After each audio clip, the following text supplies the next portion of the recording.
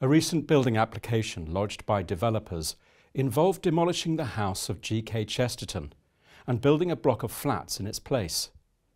Thankfully, this application has just been turned down. Overroads has been spared demolition for now, but it still remains under threat. We now bring you a report we filmed on Friday the 31st of January with Kevin Turley, UK correspondent for the National Catholic Register, just a few days before we received the good news. Hello, I've come to Beaconsfield in England, to the former home of GK Chesterton. Chesterton and his wife Frances lived at this address, Top Meadow, from 1922 until his death in 1936 and her death in 1938. I've come to speak to the owners of this house because the house that the Chestertons lived in initially in Beaconsfield is just across the way, Overroads, and is currently under threat of demolition.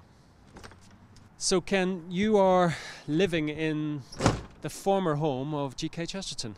Yeah, we're the owner-occupier, and we've lived here for approximately 25 years and thoroughly enjoy it. What's it like living in something which so many people around the world know of, think about, have written about? Very different to what we expected. When we first bought this house, we knew about Chesterton, but we didn't know as much as we know now. And over the years, we've had so many visitors from all over the globe. Really? Which countries? They've been from Italy, America, some from the Far East. Busloads of people coming, particularly from America, because he's so popular there. We've had people arrive in tears on the doorsteps because they're so emotional about seeing the house that he lived in. Now, I'm right in thinking, Ken, aren't I, that Chesterton and his wife Frances lived initially in Overroads, which is just across the way here. Yes, they lived there originally. In 1909, they came on a visit from London and were very impressed with Beaconsfield and loved the setting of here and in particular of Overroads, and decided to move in and move out of London, which was a big move for them. And they lived there from 1909 till 1922. So 13 years, only a year less than they lived here. And in fact, this house wouldn't exist if it weren't for that house. Tell me why. Because Chesterton enjoyed the setting here so much, enjoyed Beaconsfield, and he enjoyed the house, the style of the house, and the particular architecture. So when the opportunity came to build here, because he needed more space, he wanted to build something in the same character, using the same architects, so there'd therefore be a pair, very similar houses, which would define the entrance to Grove Road and the character of the houses. So what you're saying is there is a sort of unbreakable link between Top Meadow and Overroads, both historically but also the design of the houses? Both historically and the design of the houses. I think they're intrinsically linked, yes. Now, that's the good news, but I've heard rumours that things aren't so good in Beaconsfield today. Things are very good in Beaconsfield, but the issue is more and more people want to live here, and that's the developer's dream. And at the moment there's a threat on Overroads because a developer has applied to pull it down, demolish it completely, gone forever, to build a block of unsightly flats.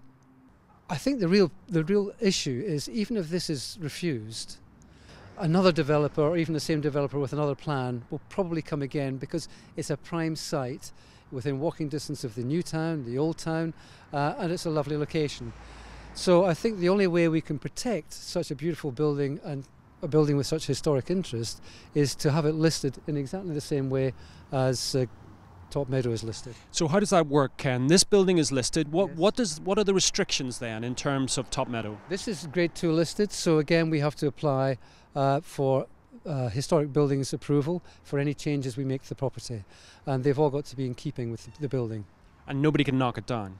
No one can knock it down, no. So you would like the same protection for Overroads for the exactly same reasons? It's historic, cultural links and importance. That's exactly right. For all of those reasons, I think it's imperative. So how can people help you and the memory of Chesterton in this current situation? I think by continuing to register the fact that the importance of Chesterton is to more than an individual, it's of global interest. and to raise as much public interest as possible. From our point of view, we've actually applied to have the building listed across the road, and that will go through a process, assuming the planning application isn't passed. Then we will have a process where they will come and they will investigate the whole of this area for overroads, and hopefully it will be listed. If not, we're hoping it will become a designated local asset, which again would offer it some protection. Well, you certainly have our support, and we hope that that will be the case. Ken, thank you very much for taking the time to speak to us about this and also allowing us to film your beautiful home. It's an absolute pleasure. Anything we can do to help prevent that building disappearing. Amen to that. Immediately after this report was filmed, news came through that the planning application to demolish Overroads had been refused. Overroads, for now at least, has been saved. But we do expect that a developer will make a new application in the near future. Please show your support for the cause and pray that Overroads gets afforded Grade 2 listed building status as soon as possible.